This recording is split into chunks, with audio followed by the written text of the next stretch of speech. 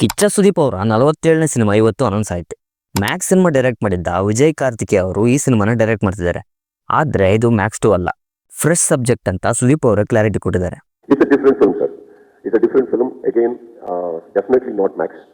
It's a different film and ಅದನ್ನ ಸದ್ಯಕ್ಕಂತೂ ಕೈ ಬಿಟ್ಟಿದ್ದೀವಿ. Max 2 ಅನ್ನು ಸದ್ಯಕ್ಕೆ ಕೈ ಬಿಟ್ಟಿದ್ದೀವಿ. ಅರ್ಜುನ್ ಮಾರ್ಕ್ಸ್ ಏನಿದೆ ಒಂಥರ ಸ್ವಲ್ಪ ಸೀರಿಯಸ್ ಆ್ಯಂಡ್ ವೆರಿ ಇದು ಸ್ವಲ್ಪ ಎಲ್ಲೋ ನಿಮಗೆ ಮುತ್ತತ್ತಿ ಸತ್ಯರಾಜದು ಸ್ವಲ್ಪ ಟಚ್ ಬರ್ಬೋದು ಅಂತ ಹೇಳ್ಬೋಲೆ, ಅಂದ್ರೆ ಕ್ಲೋಸ್ ರೇಂಜ್ ಅಂತ ಹೇಳ್ತಾ ಇದ್ದೀನಿ. ಬಟ್ ಮ್ಯಾಕ್ಸ್ ಹಿಟ್ ಆದ್ಮೇಲೆ ಅದರ ಪ್ರಿಕ್ವೆಲ್ ಆರ್ ಸೀಕ್ವೆಲ್ ನ ಮಾಡ್ತೀನಿ ಅಂತ ಡೈರೆಕ್ಟರ್ ಹೇಳಿದ್ರು. ಅಂಡ್ ಮೋಸ್ಟ್ ಇಂಪಾರ್ಟೆಂಟ್ಲಿ ಸುದೀಪ್ ಅವರು ಹೇಳಿರೋ ಪ್ರಕಾರ ಡಿಸೆಂಬರ್ 25ಕ್ಕೆ ಸಿನಿಮಾ ರಿಲೀಸ್ ಮಾಡೋ ಹಠನ ಇಟ್ಕೊಂಡಿದೀವಿ ಅಂತ. ಲಾಸ್ಟ್ ಇವರ ಕಾಂಬೋಲಿ ಬಂದಿದ್ದ ಸಿನಿಮಾ ಒಳ್ಳೆ ಹಿಟ್ ಕೊಟ್ಟಿತ್ತು. ಅಂಡ್ ಆ ಸಿನಿಮಾದಲ್ಲಿ ಹೀರೋಯಿನ್ ಕೂಡ ಇರಲಿಲ್ಲ. ಬಟ್ ಈ ಸಿನಿಮಾದಲ್ಲಿ ಹೀರೋಯಿನ್ ಕ್ಯಾರೆಕ್ಟರ್ನ ವಿಜಯ್ ಕಾರ್ತಿಕೇಯ ಅವರು ಬರ್ಕೊಂಡು ಬಂದಿದ್ರಂತೆ.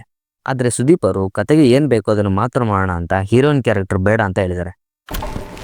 ಮೊದಲಿಗೆ ಸತ್ಯಜ್ಯೋತಿ ಫಿಲ್ಮ್ಸ್ ಅಲ್ಲಿ ಚರಣ್ ಅವ್ರ ಜೊತೆ ಸಿನಿಮಾ ಅನೌನ್ಸ್ ಆಗಿತ್ತು. ಚರಣ್ ಅವ್ರ ಜಾಗಕ್ಕೆ ವಿಜಯ್ ಕಾರ್ತಿಕೇಯ ಅವರು ಬಂದಿದ್ದಾರೆ. ಅಂಡ್ ಮ್ಯಾಕ್ಸ್ ಸಿನಿಮಾಗೆ ಮ್ಯೂಸಿಕ್ ಡೈರೆಕ್ಟ್ ಮಾಡಿದ್ದ ಅಜನೀಶ್ ಲೋಕನಾಥ್ ಅವರೇ ಈ ಸಿನಿಮಾವು ಕೂಡ ಮ್ಯೂಸಿಕ್ ಮಾಡ್ತಾ ಇದ್ದಾರೆ.